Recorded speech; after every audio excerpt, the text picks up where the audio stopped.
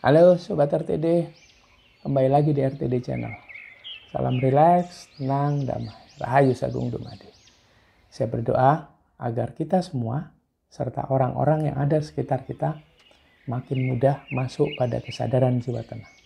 Sehingga pada kesadaran jiwa tenang, kita semua akan lebih mudah mengamati pikiran serta perasaan. Mengamati apapun yang ada di dalam diri kita, sehingga nantinya kita bisa menggunakan apapun yang ada dalam diri kita itu sebagai sebuah sarana untuk hidup lebih baik.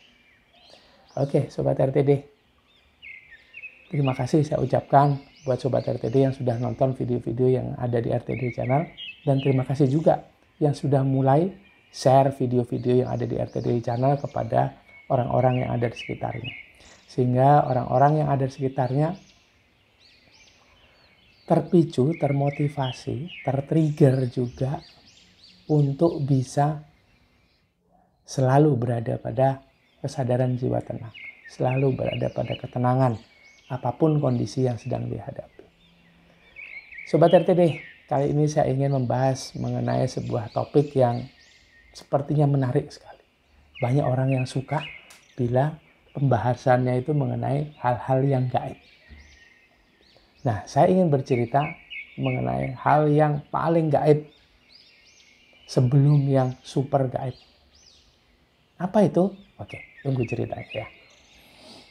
Nah, Sobat RTD, dulu kira-kira sekitar tahun 2010-2011, di masa itu senang sekali saya ketika baru mendapatkan ilmu energi spiritual Nusantara ini pergi ke dimensi yang lain. Di dimensi yang lain itu apa yang dilakukan di sana? Ya, berinteraksi dengan makhluk-makhluk atau orang-orang yang ada di dimensi tersebut. Kalau saya lebih senang bilang bahwa mereka itu adalah manusia juga, tapi yang tinggal di dimensi yang lain. Nah, apa yang terjadi di sana? Ya, di sana juga ada banyak hal sama seperti kehidupan kita di sini. Nggak ada bedanya, sama saja. Dan di sana juga banyak perang antar light worker dan dark worker. Dan peperangan itu sebetulnya yang di dimensi lain itu sangat mempengaruhi yang ada di dimensi di mana kita berada di saat ini juga.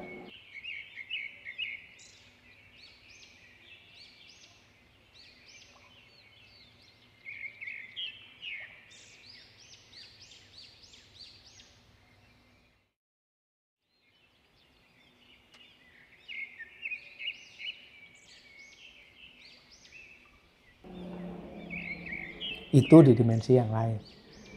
Ada juga yang dengan menggunakan salah satu teknik yang ada di ilmu energi spiritual Nusantara, saya bisa menggunakan energi itu yang diberi kesadaran, kemudian atau kesadaran saya menggunakan energi tersebut sehingga bisa berada di tempat yang jauh sekali. Berada di tempat yang jauh sekali atau bahkan di planet-planet yang lain yang berada di satu dimensi dengan kita. Nah, di sana yang terjadi adalah mengikuti peperangan antara light worker dan dark worker. Itu seru sekali perangnya. Sangat seru. Ya seperti di film-film lah ya, seperti itu juga. Tapi berada di planet yang lain, berada di galaksi yang lain, atau bahkan yang sebelumnya saya cerita tadi, berada di dimensi yang lain. Nah, peperangan itu kadang dimenangkan light worker, kadang dimenangkan dark worker. Tapi lebih sering yang terjadi saat ini adalah dark worker yang memenanginya. Dan dark worker yang memegang peranan mengatur tatanan yang ada di dunia ini. Di dunia tempat kita berada saat ini.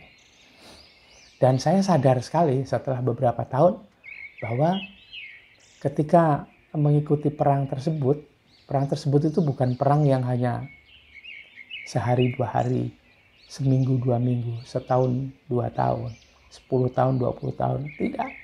Ratusan tahun, tidak juga. Ribuan tahun, tidak juga. Tapi perang semenjak pertama kali ada kehidupan di semua dimensi itu. Ya, kalau kita sadar ya memang karena itulah ada dunia ini. Ada light worker, ada dark worker, ada iblis, ada setan, ada malaikat, ada light worker. Saling berperang. Ya, itulah sandiwara filmnya yang dinikmati oleh Tuhan itu sendiri. Dan dunia ini jadi sempurna, perfect. Ada yang ngotorin, ada yang nyapu. Ada yang hitam, ada yang putih. Keduanya menyeimbangkan. Dan ketika peperangan itu terjadi, apa yang saya sadari? Kenapa kita selalu kalah? Light workernya maksudnya. Ya pertama, kita mau perang, menggunakan alat dan senjata kelengkapan yang ada dalam diri kita. Tapi tidak sedetail itu kita tahu mengenai diri kita sendiri.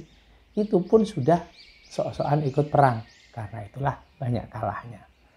Akhirnya saya kembali lagi ke diri saya. Apa sih yang harus diperbaiki sehingga bisa tahu lebih dalam, bisa akhirnya bisa berperang dengan lebih efektif dan efisien?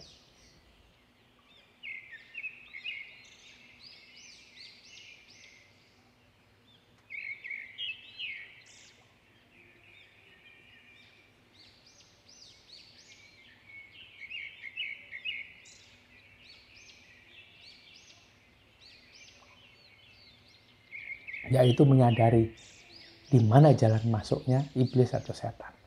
Sobat RTD coba lihat video sebelumnya yang saya share, yang judulnya jalan masuk iblis atau setan, atau pintu masuk iblis atau setan di dalam diri kita. Nah, bila kita tahu di mana mereka bisa masuk ke dalam diri kita, maka kita juga bisa untuk optimalkan pembelajaran kita di area tersebut sehingga mereka tidak bisa masuk. Kalau mereka tidak bisa masuk, akhirnya kita bisa mendayagunakan diri kita ini dengan lebih baik. Kita bisa menggunakan aset-aset atau potensi-potensi yang ada dalam diri kita untuk melawan mereka.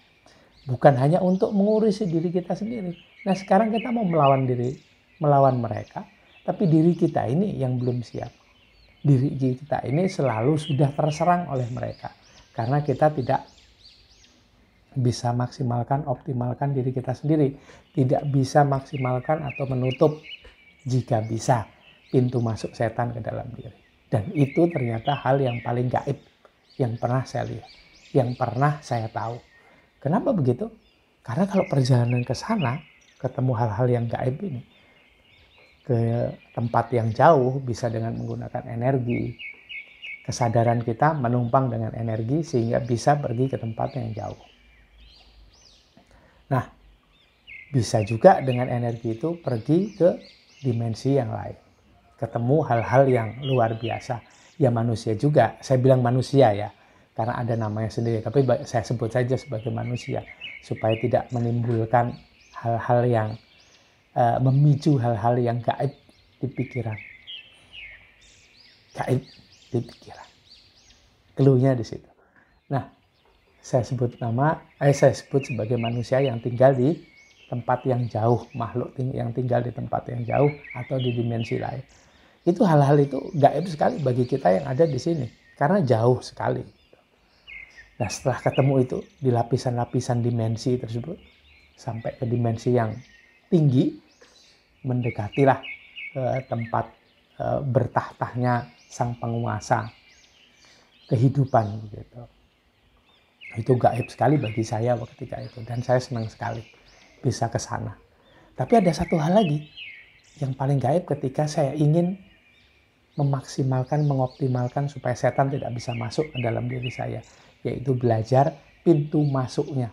Apa saja saya pernah sebutkan di video sebelumnya dan detailnya ada di sana. Apa itu?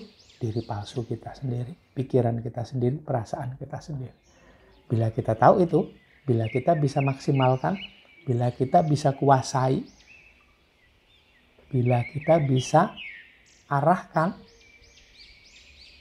yang sebelumnya harus kita sadari dan amati, maka kita bisa membuat setan lebih sulit untuk masuk ke dalam diri kita.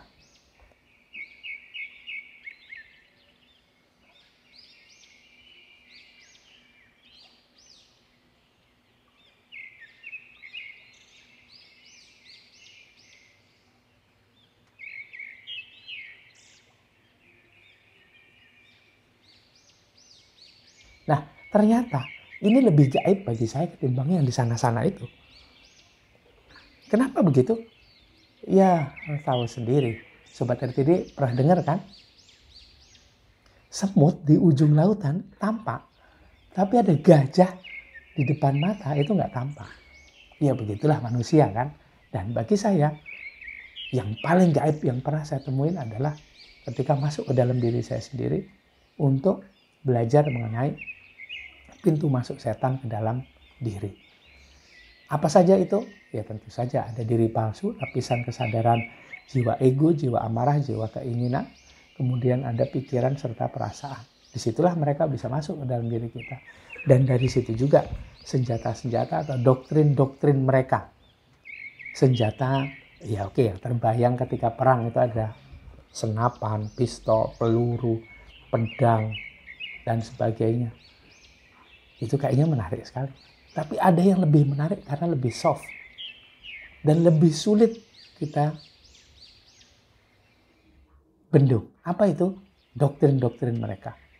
Yang nampak melalui media, melalui sosial media, melalui media mainstream, TV, surat kabar. Oke, ada lagi yang lebih halus lagi di pola pendidikan. Ada yang lebih halus lagi di pola asuh. Ada yang lebih halus lagi di pola spiritual. Banyak pola spiritual yang menekankan bahwa ketika kita ingin terkoneksi dengan Tuhan, maka harus melalui seorang perantara. Betul sekali. Nah, mereka ini, si Darth Worker ini kuasailah si perantaranya. Mereka utak-atik cara pembelajarannya di situ. Akhirnya kita ketika ingin terkoneksi dengan Tuhan terpaksa harus melalui situ. Dan ketika mereka sudah kuasai perantaranya ini, mereka sudah doktrin, maka kita nggak jadi terkoneksi dengan Tuhan. Akhirnya terkoneksinya dengan si perantara dan ternyata si perantara ini sudah terdoktrin. Entah di pola pikirnya, pola pendidikannya, pola pembelajarannya, pola asuhnya, pola didiknya.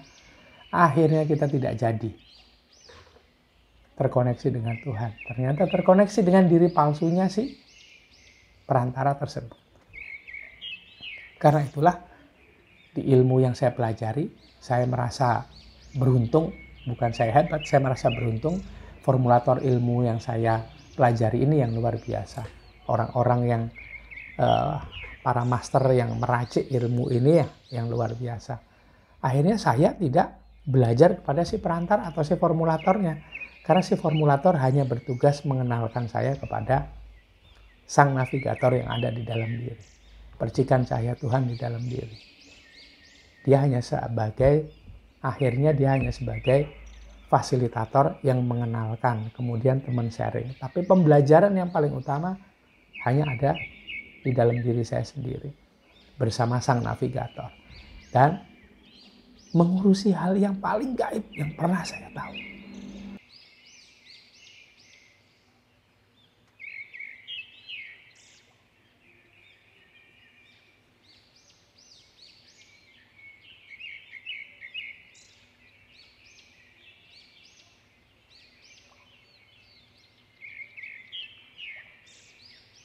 Bukan yang di sana-sana itu. Bukan semut yang di ujung lautan, di ujung dimensi sana. Di ujung antar dimensi, di dimensi sebelah sana. Yang di sana itu kelihatan. Akhirnya ketika kelihatan sudah pernah berinteraksi menjadi tidak gaib. Tapi gajah yang di dekat menjadi tak tampak lagi. Akhirnya menjadi sangat gaib. Apa itu? Pikiran serta perasaan saya sendiri. Diri palsu saya sendiri. Apa itu? Jalan masuk setan, jalan masuk dark worker ke dalam diri saya. Karena setiap doktrin setiap penyebaran informasi dari luar, dari para dark worker yang masuk ke dalam diri kita ini akan terkelola melalui kesadaran. Jika kesadaran kita masih berada pada kesadaran logika atau kesadaran diri palsu, maka gampang sekali kita terdoktrin oleh mereka, gampang sekali kita dikendalikan oleh mereka. Akhirnya kita hidup seperti apa yang diinginkan oleh mereka. Yang membuat kita sampai ke sebuah titik tujuan yang menurut kita itu luar biasa, drive-nya, pendorongnya adalah mereka, adalah diri palsu, bukan diri sejati. Karena itulah saya sekarang belajar hal yang paling gaib tersebut, yaitu kesadaran diri palsu, jiwa ego, jiwa amarah, jiwa keinginan, kemudian pikiran serta perasaan. Kalau ada yang bilang, kok kayaknya nggak keren? Bagi saya ini keren sekali. Ini hal yang paling gaib yang pernah saya tahu. Bukan yang di sana-sana, tapi kembali ke sini. Kembali ke dalam diri. Ini yang paling dekat. Kalau kita ingin menjadi manusia yang yang seutuhnya, yang mudah mengenal penciptanya, yang di dalam diri kita ada wakilnya, maka yang harus dipelajari itu tadi, diri kita sendiri. Mulai dari fisik, pikiran, diri palsu, jiwa tenang, diri sejati, kemudian percikan cahaya Tuhan. Itu yang harus dipelajari. Dan pintu masuk dark worker ke dalam diri kita, yaitu diri palsu. Ini hal yang sangat gaib. Bagaimana menurut pendapat Sobat RTD? Ada yang pernah belajar soal itu juga? Ada yang pernah atau senang dengan hal-hal yang gaib? Benarkah diri kita sendiri ini adalah hal yang paling gaib yang pernah kita ketahui? Ini menurut versi saya. Nggak tahu juga bagaimana menurut versi Sobat RTD. Ikut sharing dengan saya ya di kolom komentar. Dan terima kasih juga sudah nonton video ini.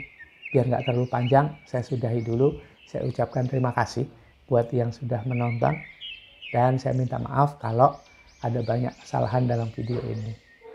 Please juga, tolong juga, please like, comment, subscribe, dan share video-video yang ada di RTD Channel. Sehingga RTD Channel makin berkembang, makin bisa menginspirasi, mengingatkan kembali sesama kita. Dimulai dari kita sendiri, kemudian yang ada di sekitar kita, dan lebih luas lagi untuk bisa berada pada kesadaran jiwa tenang. Sehingga lebih banyak lagi orang yang bisa masuk pada kesadaran jiwa tenang. Sehingga pikiran serta perasaannya bisa lebih diamati, bisa lebih disadari, dan akhirnya diarahkan ke arah yang sesuai dengan rencana hidupnya. Terima kasih sudah nonton video ini. Salam rileks, tenang, damai, rahayu sagung dumadi. Kembali lagi di video-video setelahnya. Terima kasih.